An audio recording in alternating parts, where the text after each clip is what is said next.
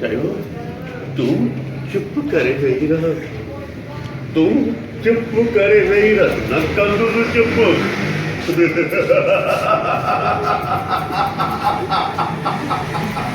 उस्ताद वार चंगतरा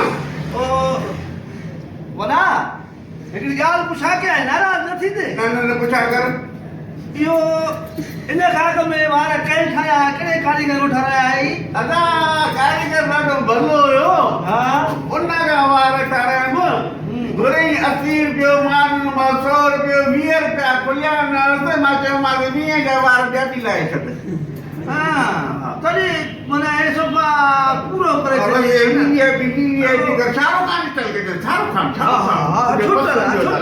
छुटल आहे तुंहिंजे वार मुंहिंजे अहिड़ा उठाया जो वरी यादि कंदे अहिड़ो यादि कंदे जो मतिलबु वटि ॿियनि खे ॾस थी थिए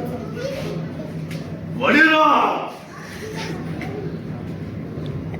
तो मुझे पी के बेगुनाह मारियो आहे ईअं न यार इंतज़ार समझ अब छा थो करे वॾेरा काथे आहे वॾेरा हिनखे ॿियर सिट भराए छॾे वॾेरो अची वियो अलाए छा वॾेरो जेको सुबुह खां वठी मूंखे माण्हू थो करे त चवां वारो ॾाढी ठाहे मुंहिंजी ॾाढी ठाहे मिलाए वॾेरो अची वियो अलाए छा यार चुप कर यार ॻाल्हि ॿुधी दफ़र खोखर मां के किरदारु ॾिनो आहे नए ड्रामे में हा मज़लूम जो किरदारु उहो मां लहजो थो ठाहियां अरे मुंहिंजे मुंहुं ते ध्यानु न फाड़ न हो हुते वॾेरो हर माण्हू थो करे हिकु त पैसा ॾे कोन वरी जेको आहे त माण्हू ते माण्हू मां चवां मां आहियां ई कान वरी तूं वॾेरा कर त मां छिड़कंदो वरी न मां यार वरी अची मथो न छा वरी विलन जा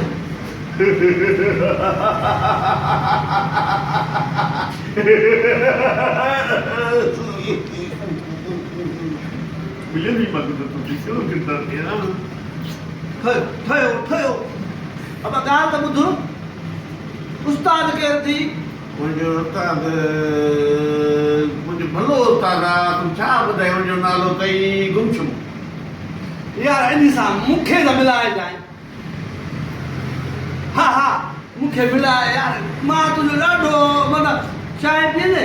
न मां चांहि न पीअंदो मूंखे कामेंट बोतल बोतल न पीनो डॉक्टर चयो त बोतल में जो कान बीमारी शरबत पीअंदे हूंदे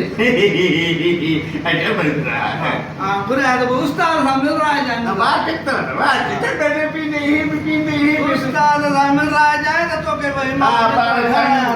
तव्हां पाण चांहि पंहिंजी पियो वरी असांखे शरबत पीआ हाणे चुप करे वेहू त मां तुंहिंजा वार हीअ शाहरुख वांगुरु ठाहियां न बाबा हर वक़्तु परेशान न करे तो जहिड़ा 2-3 कलाक ॿिया लॻा न त पोइ माना असांजो कंधो रोज़ी थियो बाबा हा असांजो हीअं कहिड़े कानून जी ॻाल्हि करे थो इंस्पेक्टर साहिबु उन कानून जी ॻाल्हि करे थो जेको मुंहिंजे इम्तियाज़ात